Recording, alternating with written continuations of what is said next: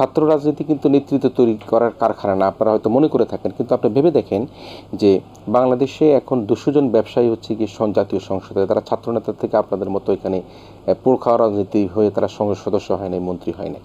এর আগের বার 185 জন ছিলেন। নিশ্চয়ই ছাত্র নেতৃত্বের দরকার আছে, কিন্তু প্রত্যেক জায়গায় দরকার আছে কিনা সেটি কিন্তু বিবেচনা নিবার জন্য আমি রাজনীতিটাকেই আনতে চাচ্ছি না।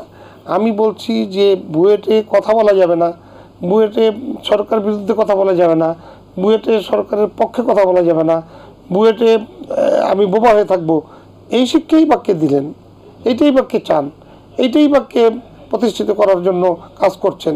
নিশ্চয়ই সেখানেই প্রশ্ন।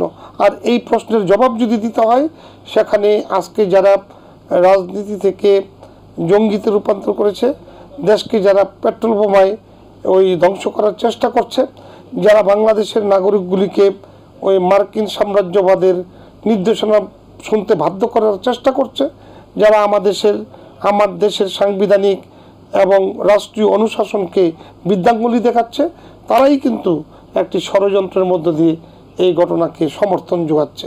সুতরাং সেই জায়গা থেকে ছাত্রলীগ বা ছাত্র সমাজ জাগ্রত হবে, এটাই স্বাভাবিক। এটা রাজনীতির বাধা দূর করার জন্য না, এটা নিজেদের অধিকার প্রতিষ্ঠিত করার লড়াই সংগ্রাম। সুতরাং সেই ক্ষেত্রে আমি মনে করি যোগ্য এবং শ্রেষ্ঠ নাগরিক হিসাবে যারা নিজেকে প্রতিষ্ঠিত করতে চায় তাদের নৈতিক দায়িত্ব রয়েছে। আপনার ছাত্র জীবনে কি মারদাঙ্গা ছিলেন নাকি? আমি মারদাঙ্গা শব্দের অর্থ বুঝি না, তবে অন্যায়ের বিরুদ্ধে লড়াই করার ক্ষেত্রে আমার কোনো কৃপণতা ছিল না।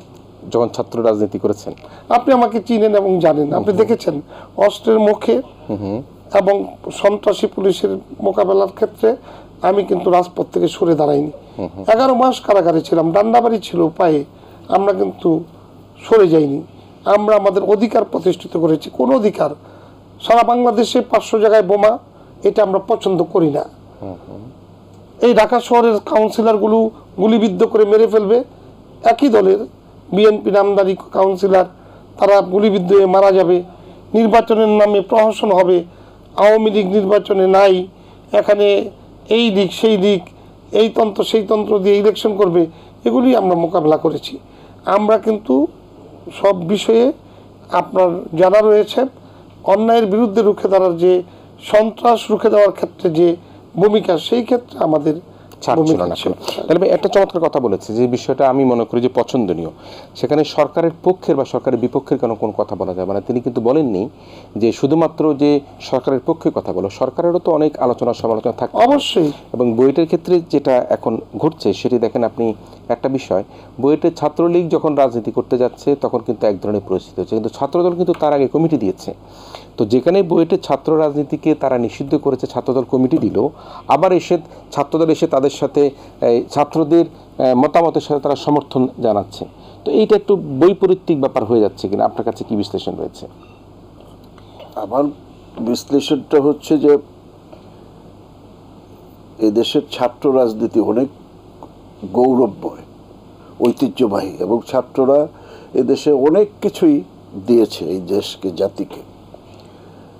আমি ছাত্র রাজনীতিকে দোষারোপ করব না, আমি বলবো যে আমাদের জাতীয় রাজনীতি সব, আমার বিএনপিকে বাদ দিয়ে নয়, জি জি, বিএনপি, আওয়ামী লীগ, যে সমস্ত আমাদের আরও জাতীয় পার্টি ক্ষুদ্র দল আছে, আমি জামাতের নাম বলবো না, কারণ আমি জামাতকে আমি সত্যিকার অর্থে, বিএনপির সাথে কৌশলগত সম্পর্ক থাকতেই পারে একটা রাজনীতি, আওয়ামী লীগের সাথেও কৌশলগত সম্পর্ক ছিল, কিন্তু বিএনপি আমার জামাত আমার মনে হয় যে এটা যতক্ষণ পর্যন্ত বাংলাদেশকে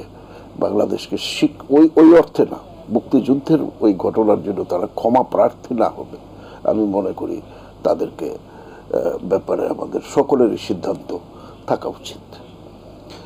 আর এই যে রাজনৈতিক প্রক্রিয়াটা, একসময় এই ছাত্র রাজনীতি কিন্তু ছাত্ররা রাজনৈতিক দলগুলির লেজুর ভিত্তি করতো না, কিন্তু এই রাজনৈতিক দলগুলো এখন ছাত্রদেরকে লেজুর ভিত্তি করতে, ছাত্র সংগঠনগুলির কমিটি তারা নির্ধারণ করে দেয়, ছাত্ররা নির্ধারণ করে না বিধায় আজকে ছাত্র রাজনীতির ধরেন ক্যাম্পাসগুলোতে কি আওয়ামী লীগ আমল কি বিএনপি আমল, আমি বাদ দিচ্ছি না, বিএনপি আমলে এখানে বুয়েটে হয়েছে না,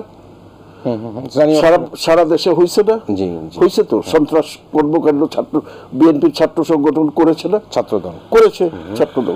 আমি কেন এটাকে অস্বীকার করব? এগুলোর প্রশ্রয়টা আসছে কোত্থেকে? ছাত্র মূল দল থেকে। তাহলে সমস্যাটা কিন্তু যতক্ষণ পর্যন্ত আজকে ওরা এই ক্ষুদ্র একটা এত বড় দুঃসাহস দেখায় যে ছাত্র রাজনীতি করা যাবে না, এটা কোত্থেকে আসছে? এটা হচ্ছে আমাদের জাতীয় রাজনীতির যে অবক্ষয়, এই অবক্ষয়ের কারণে। এবং এই ছাত্ররা, বিশেষ করে এই যে একসময় ঐতিহ্যবাহী ছাত্রলীগের যে নেতা, আজকে সেই ছাত্রলীগ আছে? আজকে সেই ছাত্রদল আছে? অবশ্যই না। আমি তো আগেই বলছি সেই ছাত্রদল আছে নাকি? 90-এর ছাত্রদল এরশাদ তারানের নেতৃত্ব দিছে, সেই ছাত্রদল নাই এখন। এটা সত্যি বাস্তব। আরে এরশাদ ছাত্র সংগঠন নাই, বাস্তব। সেই বাস্তবতায় আমি বলতে চাই যে আজকে সারা বাংলাদেশে, আমি বলবো যে চরম একটি, হয়তো বাবু ভাই আমার সাথে স্বীকার করবে না, চরম রাজনৈতিক শূন্যতা চলছে দেশে। এই শূন্যতা কি কারণে? একটা হলো যে চিরাচরিত কায়দায় যারা ক্ষমতায় আছে তারা কিন্তু রাষ্ট্র থেকেও এটা নির্বাহ করতে পারছে না ঠিকভাবে, কারণ পুরা রাষ্ট্র ঠিকভাবে চলছে না। আর এই শূন্যতাটাকে পূরণ করার জন্য বিরোধী দলের যেভাবে আগায় আসা দরকার ছিল সে কারণে আসতে পারছে না। এই দুই দিকের কারণেই আজকে একটা বিশাল রাজনৈতিক শূন্যতা দেশে চলছে। এই রাজনৈতিক শূন্যতা যদি যতক্ষণ পূরণ না হয় ততক্ষণ এরা এটা বলবে কোথায়, কেন হাইকোর্ট আমাদের ডিসিশন দিবে, ওখানে রাজনীতি হবে কি না হবে, কেন হাইকোর্টে আমরা রাজনীতিকে নিয়ে যাচ্ছি? এটার জন্য কিছুটা দায় আওয়ামী লীগের আছে।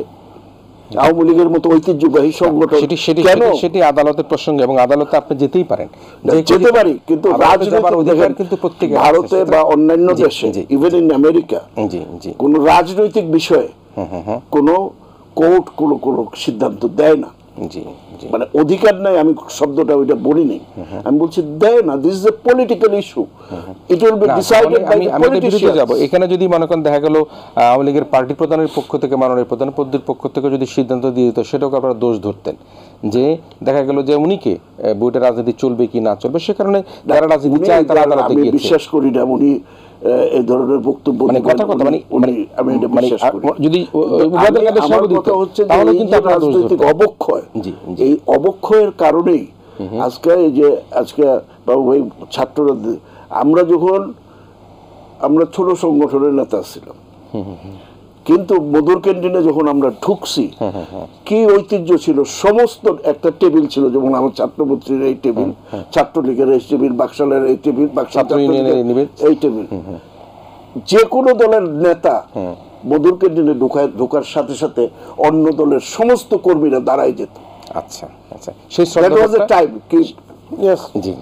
সেই শ্রদ্ধাবোধটা আমাদের থাকতে হবে নিশ্চয়ই। এটা ছিল কি কারণে? ছিল যে রাজনৈতিক, আজকে যে সারা দেশের যে রাজনীতিটার যে দুর্বিষহ অবস্থা, এই দুর্বিষহ থেকে যতক্ষণ মুক্ত, তখন এইটা ছিল না বলে এটা ছিল, সহমর্মিতা ছিল, সহযোগিতা ছিল।